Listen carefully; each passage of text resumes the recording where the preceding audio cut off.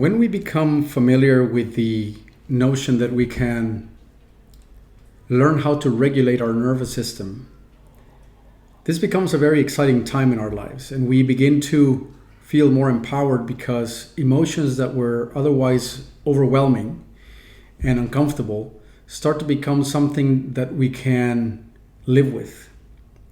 However, regulating emotions is not the same as the full resolution of the source of the emotion.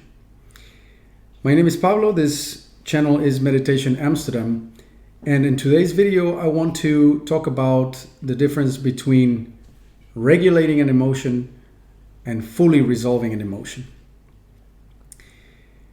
When we become aware of emotional regulation, this becomes a kind of shtick that we begin to use whenever emotions flare up, and we can become very good at that.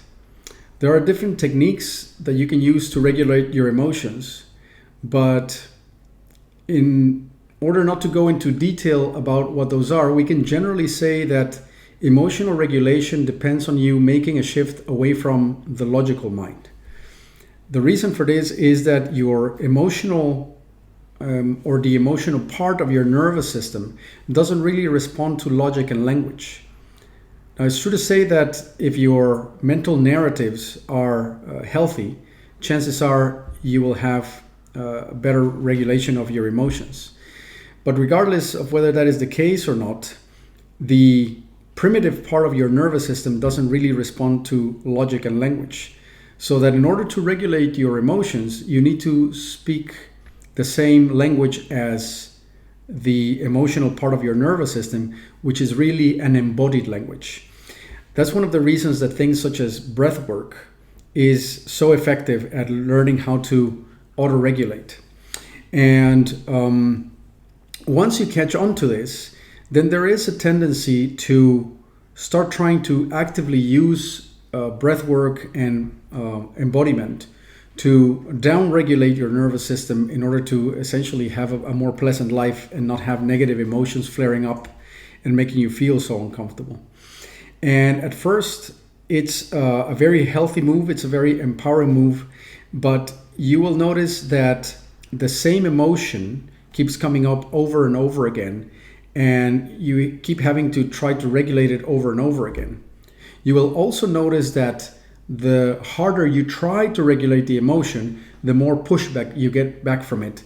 And you might even enter a kind of tug in which you are trying to use the technique to suppress the emotion from coming up.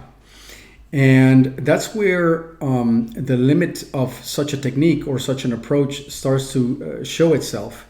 And you start to feel as if this notion of self-regulation is limited in its value, and you start looking for something else that really gives you this complete peace of mind that you're looking for.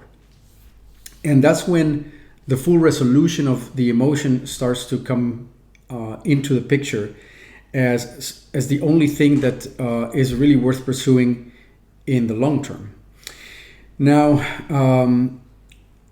what you want to understand is that regulating your nervous system is a necessary first step, because without this ability to self-regulate, the full resolution of the emotion is very, very difficult. So you want a regulated nervous system that is not flaring up too strongly, so that you have the time to go into further exploration of what's going on. Assuming that that is in place, then the exploration for full resolution is now to be engaged. The full resolution of emotion is only achieved by going deeply into the somatics that are triggering the emotion, and these somatics can be elicited by eliciting the memory or the situation that makes the emotion flare up. In other words, we can use the mind, the narratives in the mind, the memories in the mind, the thoughts that elicit the emotion, but we don't get stuck in the mind. We simply use it as a trigger, as an internal trigger, so that the emotion flares up in our body. And once this is the case, then we want to make a pivot away from trying to regulate the emotion into a more sort of completely feeling and allowing the emotion to play out. Now, notice that in order to allow the emotion to really flare up and play itself out, we need to have developed the confidence that we can always self-regulate later down the line. And that's why self-regulation is a building block towards getting to the stage very often. The more you know how to self-regulate and how to regulate your emotions, the more your nervous system and your mind start to acquire the confidence to go into ever more uncomfortable spaces, because it knows that it can always come back to baseline. This would not be too different from aerobic fitness. In aerobic fitness, the athlete is not just measuring how fast and how long it can go, he or she can go. But what really is the marker of aerobic fitness is how quickly your heart rate can come back to baseline after going to maximum exertion.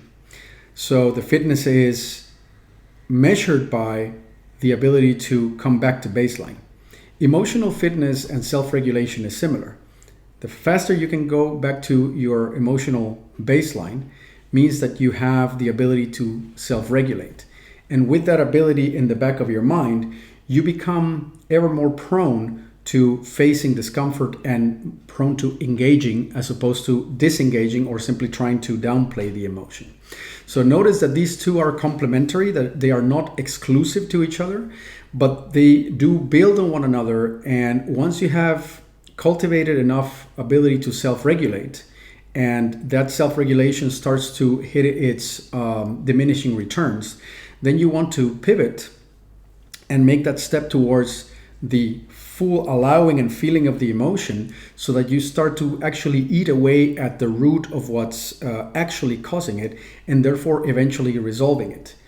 A fully resolved emotion doesn't need to be regulated later down the line. It might still flare up, but the system regulates it very fast, and it's almost like it's simply allowed to wash through very quickly through the body, because there's nothing biting anymore. There's no stickiness where it used to be.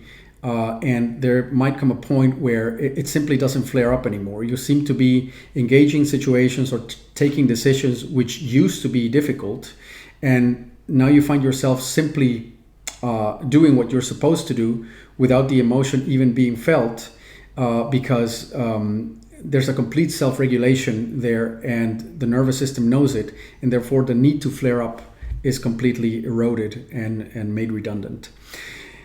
If you think that these topics are helpful, and if you think that other people might benefit from it, remember that a subscription, a like, or a comment not only is super motivating to me, but also makes the content more available to others that could benefit from the message. So I invite you to do so here in the channel, and as usual, I'll be back with more pretty soon. Have a good one. Cheerio.